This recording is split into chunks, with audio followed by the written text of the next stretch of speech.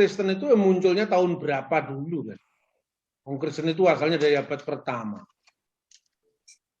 Ajaran saksi Yehova itu pertama kali muncul sebetulnya itu baru sekitar resminya nama saksi Yehova itu tahun 1931.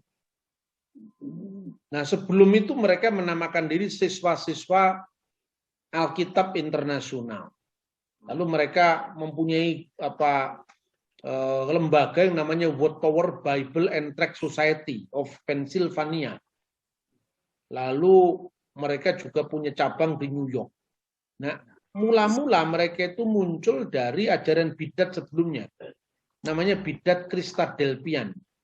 Bidat ini didirikan oleh seorang yang bernama Benjamin Wilson. Benjamin Wilson tidak percaya dengan Tritunggal, tidak percaya dengan ketuhanan Yesus gitu ya. Lalu Benjamin Wilson itu pada tahun 1884 menerbitkan buku Perjanjian Baru yang mereka otak-atik sendiri. Namanya itu adalah Diglot New Testament. Jadi dalam dua bahasa. Jadi keren sekali sepertinya dia paling ahli. Benar enggak juga itu. Mungkin dia menerjemahkan dengan dia otak-atik dari konkordan, kemudian dia contoh terjemahan sebelumnya. Dan kemudian ketika Benjamin Wilson itu meninggal, yang memegang hak cipta adalah Charles Taze Russell, pendiri Saksi Yehova ini. Lalu sejak satu berdasarkan buku yang namanya Diglot New Testament ini, kemudian dia menerbitkan sendiri namanya New World Translation of the Holy Scriptures. Jadi Alkitab terjemahan dunia baru. Lah ya lucu sekali menerjemahkan teks-teks itu, aneh-aneh mereka itu. Misalnya Yesus tidak disalib tetapi Yesus itu dinaikkan ke tiang siksaan. Itu orang-orang yang tidak ngerti konteks. Jadi dia mengambil misalnya dari kitab Taurat ya misalnya. Terkutuklah orang mereka yang digantung ya karena orang Yahudi kan tidak mengenal hukuman salib. Hukuman salib itu kan muncul pertama dari Persia.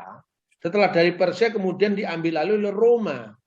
Karena Yesus itu kasusnya kan dinaikkan pertama kali kan di Sanhedrin. Ya, karena orang Yahudi tidak punya hak untuk menghukum Yesus ya karena kasusnya kemudian dilimpahkan kepada Pilatus.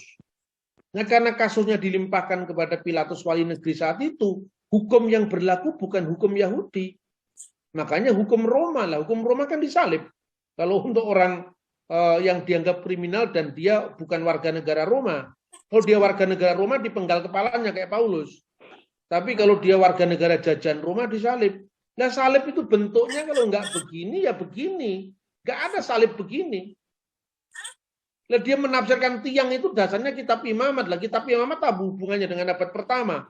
Maka bidat-bidat itu cirinya pertama ahistoris. Dia tidak mengerti teks ini munculnya dari mana. Makanya ahistoris, dia tidak mengenal sejarah. Terus yang kedua, prasangka mendahului penafsiran. Jadi dia punya ajaran dulu, dicarikan ayatnya gitu loh. Jadi yang begitu itu namanya bukan eksegese, mengambil makna yang dikehendaki oleh teks, tapi memasukkan makna ke dalam teks eisegesis. Ya, jadi itu kelemahan. Jadi Saksi Yehova itu bukan Kristen. Maka sekarang ini sedang mungkin ada gerakan di kalangan teman-teman pendeta itu supaya Saksi Yehova itu dikeluarkan dari Bimas Kristen Protestan. Atau Bimas Kristen sekarang kan nggak Protestan lagi, Bimas Kristen ya. Dikeluarkan karena apa? Ini ibarat anak haram disuruh ngurusi yang kita tidak pernah ikut melahirkan mereka. Ya. Jadi kenapa? Alasannya saya diminta nasihat oleh teman-teman pendeta di Malang Raya. Bagaimana cara menghadapi Saksi Yehova itu dalam konteks dengan urusan pemerintah. Saya bilang begini. Kalau kita melaporkan Saksi Yehova karena alasannya tidak percaya Tritunggal itu nggak bisa masuk. Karena apa? Karena Tritunggal itu urusan doktrin ke dalam. Dan pemerintah tidak mau tahu itu. Bahkan kemungkinan Saksi Yehova itu memang ada pihak-pihak tertentu yang sengaja dimunculkan untuk menekan lajunya perkembangan gereja. Karena ini kan menjadi duri dalam daging di kalangan orang Kristen kan menjadi masalah sendiri kan. Nah daripada orang Kristen itu menginjil kepada mereka yang bukan Kristen lebih baik urusi sendiri itu bidat saksi Yehova itu gitu, kira-kira seperti itu. Nah, itu konteksnya. Maka bagaimana cara kita mengadvokasi gereja dan juga menghadapi saksi Yehova? Pertama kali yang mesti dilaporkan adalah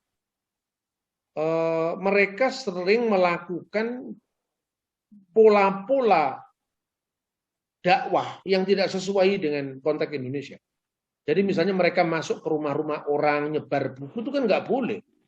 Itu yang dilaporkan.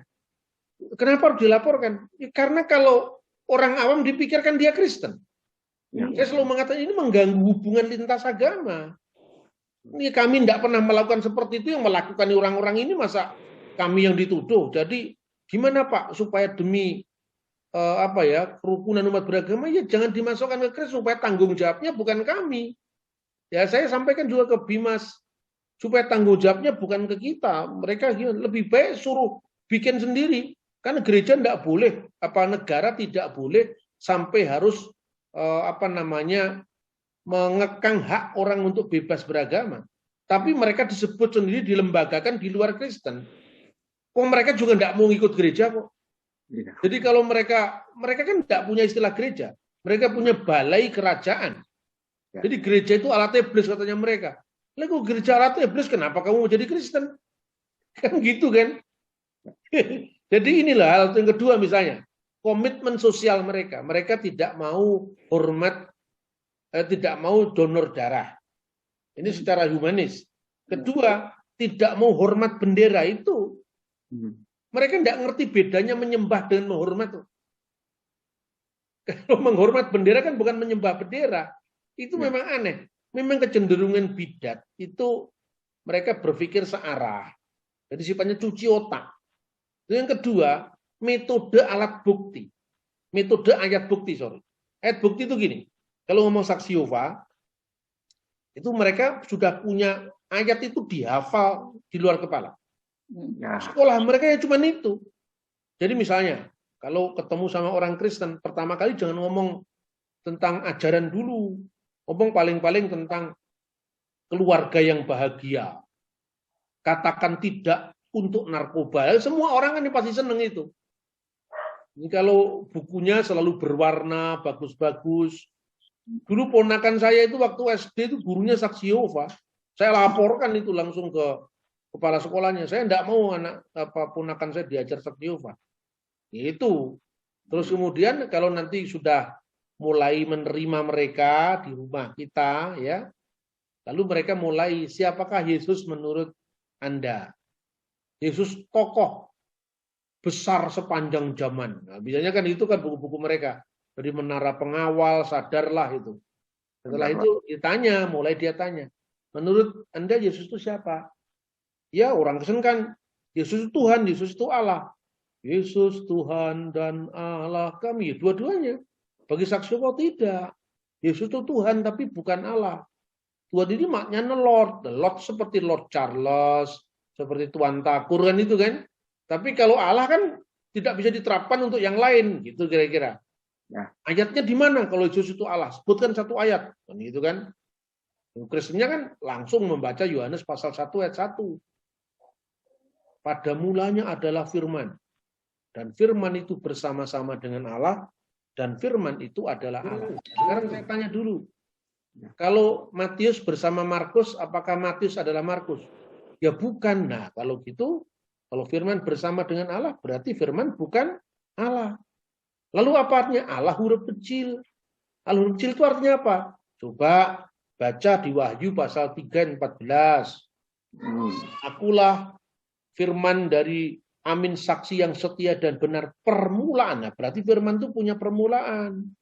Padahal teks aslinya di situ sebetulnya arke ketisios tuteu, itu artinya sumber dari segala ciptaan. Makanya lembaga Alkitab ini sekarang sudah melakukan revisi terjemahan yang disebut terjemahan baru TB2 revisi.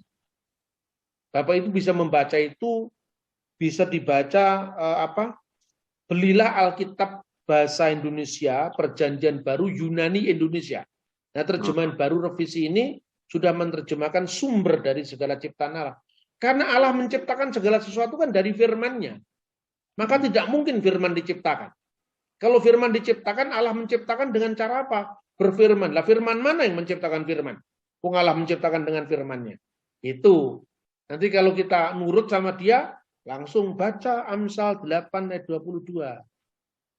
Tuhan telah menciptakan aku sebagai permulaan. Nah, ini kan menciptakan gitu. Dan seterusnya dan seterusnya. Itu namanya metode ayat bukti.